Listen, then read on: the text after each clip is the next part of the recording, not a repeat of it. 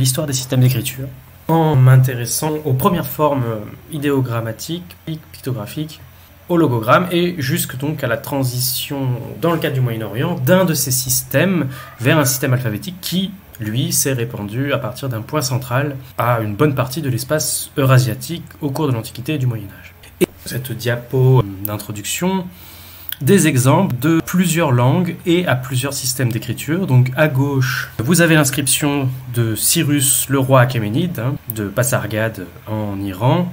Inscription trilingue en 3 écritures cunéiformes différentes, l'élamite en partie dérivée de l'akkadien, le vieux perse étant une invention sur commande du roi Cyrus au milieu du VIe siècle avant notre ère, qui a comme particularité de s'inspirer graphiquement du système cunéiforme, mais d'être différent. En haut le vieux perse, au milieu l'élamite et en bas l'akkadien. À droite, vous avez des plaques de cuivre qui datent du 9e siècle de notre ère, de l'époque de l'Empire abbasside, où vous avez des communautés de différentes confessions originaires de l'espace irako-iranien de l'Empire abbasside, qui écrivent dans des graphies propres à leur confession. L'arabe pour la communauté musulmane, l'hébreu ou l'araméen d'Empire pour la communauté judéo-araméenne irakienne installée en Inde, mais aussi le Pahlavi, l'écriture du moyen persan, de l'Empire sassanide, pour la communauté zoroastrienne, et aussi le système d'écriture local dans le sud de l'Inde, dérivé du Devanagari. Tous les systèmes d'écriture que vous voyez sur la plaque de cuivre sont des systèmes alphabétiques, qui sont dérivés en fait de la même matrice sinaïtique cananéenne, 2e millénaire avant notre ère. Et nous sommes habitués à ce système-là dans l'ensemble de l'espace eurasiatique, espace chinois, non compris évidemment. Et ce qui a donc rendu très difficile la compréhension des systèmes d'écriture qui avaient cours avant, lorsqu'on n'y était pas habitué, et donc on a un certain nombre de tentatives d'interprétation de systèmes d'écriture qui n'étaient pas alphabétiques par des penseurs raisonnant par rapport à l'alphabet. Et donc on a effectivement une tentative d'interprétation d'un pseudo-Ibn Wahshiyya égyptien du XIIe, XIIIe siècle de notre ère sur les hiéroglyphes égyptiens. Et on a une tentative de système alphabétique proposée par Diego de Landa, qui étudiait la culture maya et qui s'est donc intéressé à leur système d'écriture. Et en fait, il a simplement commandé à des gens qui connaissaient encore l'écriture maya de lui donner le signe qui correspondait au son, au phonème, aux lettres que lui il commandait. Donc évidemment, il se trompait parce que ça ne fonctionnait pas du tout comme un système alphabétique. Il y a donc au point de départ, un certain nombre de foyers de systèmes d'écriture qui semblent ne pas être entrés en contact les uns avec les autres. La plupart sont dérivés localement de systèmes de pictogrammes, de dessins qui représentent donc un objet et de là, éventuellement, une action. Les Irakiens et les Égyptiens se battent pour le système le plus ancien, sont apparus à peu près en même temps au niveau du pictogramme, à la fin du 4e millénaire avant notre ère, donc il y a 5300 ans environ, en 3300 avant notre ère, sans qu'on ait de preuves de communication entre ces deux systèmes. Le principe du pictogramme, c'est exactement ce que vous voyez au milieu, sortie de secours, tout le monde le comprend. Le système des premières cités sumériennes apparaît dans le sud de l'Irak actuel et va dériver en cunéiforme et va exister jusqu'à l'époque hellénistique, au 2e siècle avant notre ère. Et en Égypte, au même moment, en 3300 avant notre ère, donc il y a 5300 ans, apparaît le hiéroglyphe égyptien, pictogrammatique, qui va se déployer au cours du 3e millénaire très rapidement en hiératique, et qui va donner finalement le démotique au 1er millénaire avant notre ère, et disparaît à l'époque de la christianisation de l'Empire romain au 4e siècle après Jésus-Christ. Et on a un certain nombre d'autres systèmes concurrents, inspirés, et qui, eux, n'ont pas de descendance. On a vu apparaître un élamite hiéroglyphique dans le sud de l'Iran, qui s'est développé un petit peu après le sumérien, qui était voisin. Peut-être il y a une inspiration, mais l'élamite hiéroglyphique n'a pas de filiation, il n'y a pas de lien phylogénétique entre les deux. Et puis on voit apparaître l'élamite linéaire, qui est un système logosyllabique, et on va voir un petit peu ce que ça veut dire.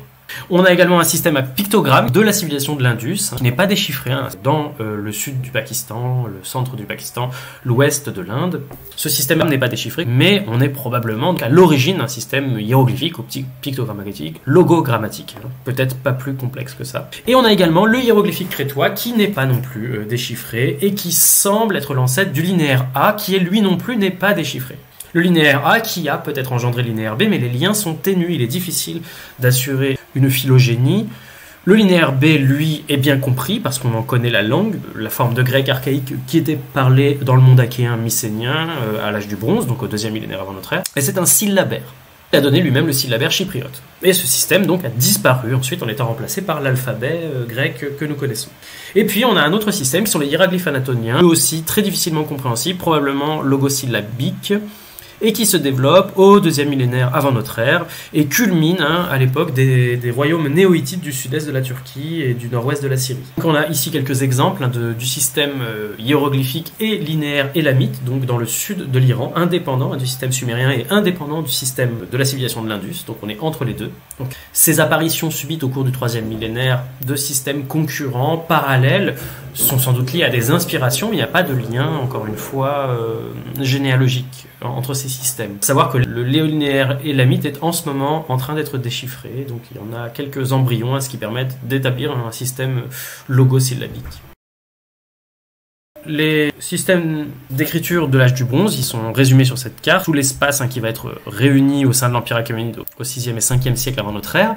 On trouve le système de l'Indus, le système élamite, le système cunéiforme qui se déploie à partir du sud de l'Irak, du système sumérien, le système hiéroglyphique anatolien qui lui est concurrent au cours du 2e millénaire, le système du linéaire B qui lui est voisin, qui se développe indépendamment et qui se diffuse en mer Égée et jusqu'à Chypre, et le système hiéroglyphique égyptien, dont évidemment le grand concurrent du système sumérien, qui est l'ancêtre, non pas vraiment généalogique, mais d'inspiration du système consonantique cananéen qui est l'origine de notre alphabet. Le linéaire aroupéen de l'Indus, du 2e millénaire avant notre ère, est pour l'instant indéchiffré en raison du fait qu'on ne connaît pas la langue de cette population, qui la langue a été elle-même remplacée par les langues issues des invasions indo-ariennes au 2e millénaire, et donc du passage aux langues indo-européennes, à l'origine de l'hindi, de l'ourdou, du bengali, etc. Et on a de grosses difficultés à essayer d'interpréter ces systèmes pictogrammatiques et probablement un peu plus complexe que cela. Même chose évidemment pour le hiéroglyphique crétois et le hiéroglyphique anatolien, on a un peu plus d'éléments qui a une inspiration égyptienne, mais elle n'est pas du tout généalogique. Les deux systèmes ne sont pas compris, en particulier parce que nous ne connaissons pas la langue crétoise minoenne avant l'hellénisation au XIVe, XIIIe siècle. Et on a donc un modèle du système d'écriture sumérien primitif. Le système suméro-akkadien. D'abord, c'est le système qui permet de transcrire la langue sumérienne. Et on en voit ici les premiers pictogrammes qui sont des dessins qui représentent un objet ou éventuellement une action et qui progressivement vont être inscrits sur ces tablettes d'argile qui sont la particularité du système acunéiforme. Mais vous voyez qu'on n'est pas encore du tout de cunéiforme à cette époque-là. On dessine encore la totalité du petit dessin. Et alors, le sumérien, ça fonctionne un peu comme le chinois. Au départ, c'est un système monosyllabique. La langue sumérienne a cette particularité, comme le chinois, d'avoir des mots qui sont monosyllabiques. C'est très rare qu'il y ait plusieurs syllabes. Comme un mot correspond à une syllabe, un signe de mot, un pictogramme, peut correspondre à une syllabe. La bouche, qui se prononce ka, peut aussi représenter une tête qui va se prononcer sag. Et à condition évidemment d'ajouter des petits traits au bas du visage. Le même symbole peut représenter autre chose avec une petite modification, et donc là on va prononcer autrement. On peut aussi faire des combinaisons du symbole qui désigne la bouche avec le dessin d'une écuelle qui se prononce autrement, K et l'écuelle qui se prononce ninda, et ensemble ces deux symboles en combinaison vont former donc un verbe, le verbe manger, ku. Et donc ce même symbole de la bouche, ka, peut être utilisé pour dire la parole, se lire inim, pour dire la danse, se dire zou, le verbe parler, dug, le verbe crier, gu, et on retrouve les mêmes variations. Dans le système chinois et dans le système égyptien, on a des homophonies qui permettent de construire des syllabogrammes différents. Et donc on crée des phonogrammes syllabiques, c'est-à-dire que pour une seule syllabe qui désignait un seul mot, cette même syllabe peut être utilisée pour sa valeur phonétique. Bouche, qui se dit K, peut être utilisée pour la valeur K pour des homophones qui ne veulent pas dire bouche, pour dire le son K. Et donc la syllabe K peut s'intégrer dans des mots à plusieurs syllabes qu'on va pouvoir transcrire de manière syllabique. C'est là qu'on découvre progressivement le syllabogramme, donc la syllabe. Et c'est le même système qu'on va voir en égyptien. Intuitivement, toutes les sociétés humaines qui ont inventé ces systèmes à pictogrammes se sont déployés progressivement vers le syllabogramme, l'ont fait instinctivement. L'alphabet, c'est une originalité. Mais ces systèmes-là sont vraiment une constante anthropologique à tous les systèmes humains. Vous avez un exemple à gauche avec la syllabe ni qui apparaît sous différentes graphies possibles, différents syllabogrammes pour la même consonne à partir de logogrammes différents, à partir d'idéogrammes différents, à partir de pictogrammes différents qui ont dérivé et qui sont utilisés pour la même syllabe. Donc on a une grande variété de syllabes, c'est un système qu'on va retrouver notamment dans le maya. Un grand nombre de signes de syllabogrammes différents pour la même syllabe. Ce qui permet une grande liberté pour le scribe, mais ce qui rend évidemment complexe pour le commun des mortels et puis pour le déchiffrement. La formation du système sumérien, qui est d'abord pictographique, et dont les pictogrammes sont devenus ensuite des logogrammes, c'est-à-dire des idéogrammes, des symboles qui représentent des signes, mais également lus pour leur valeur phonétique, donc dans des mots différents, parfois avec des valeurs phonétiques qui sont différentes des valeurs sémantiques, des valeurs du logogramme sont différentes des valeurs du syllabogramme.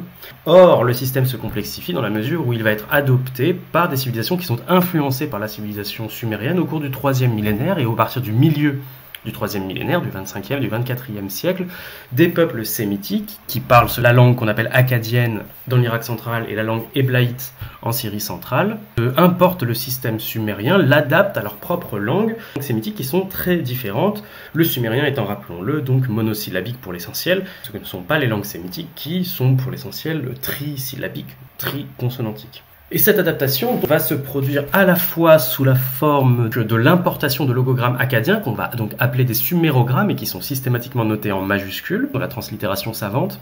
Et donc par exemple, le logogramme sumérien Dug va se prononcer en akkadien Karpa. C'est le même signe qui se prononcera différemment en sumérien et en akkadien. Donc là, on est dans un emprunt d'un logogramme qui pourrait s'adapter dans n'importe quelle langue. Seulement, les scribes vont également utiliser le syllabaire sumérien et donc utiliser le sumérogramme Dug pour sa valeur phonétique, pour sa valeur de syllabe, qui va varier en akkadien, les consonnes en akkadien étant plus variées qu'en sumérien. Et donc le même syllabogramme Dug sumérien va se prononcer Dug, Duk ou Duk. Et donc on a 4 lectures possibles pour un même signe.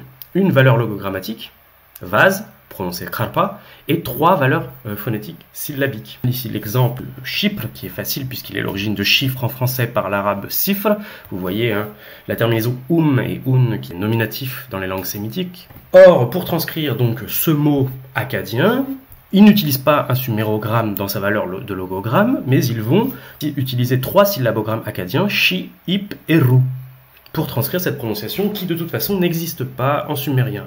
En plus de cela, l'akkadien va utiliser des déterminants muets, comme par exemple le sumérogramme qui se lit mes en sumérien mais qui n'est pas lu et qui désigne le pluriel, ou le déterminant qui se lit dingir en sumérien mais qui n'est pas lu simplement pour déterminer que le mot se réfère à un dieu. Là où ça se complexifie encore, c'est qu'un même logogramme lu en sumérien gis peut aussi être utilisé en sumérien pour être lu is dans une valeur syllabique différente. Donc la valeur phonétique peut être différente de la valeur sémantique d'un même signe en sumérien. C'est le problème qu'on rencontre avec un même logogramme qui a 2 valeurs possibles, simplement parce que les deux rappellent le bois. Donc une valeur qui désigne l'arme, tukul, une valeur qui désigne le buis, tashkarin.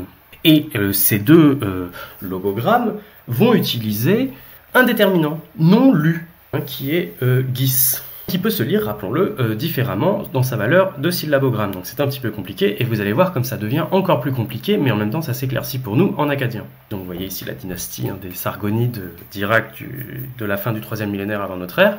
Si on reste sur les valeurs de 2 logogrammes différents, on va pouvoir lire les valeurs de ces 2 logogrammes, tukul et tashkarin, qui s'écrivent de la même manière. On va les lire différemment en akkadien, avec un même logogramme.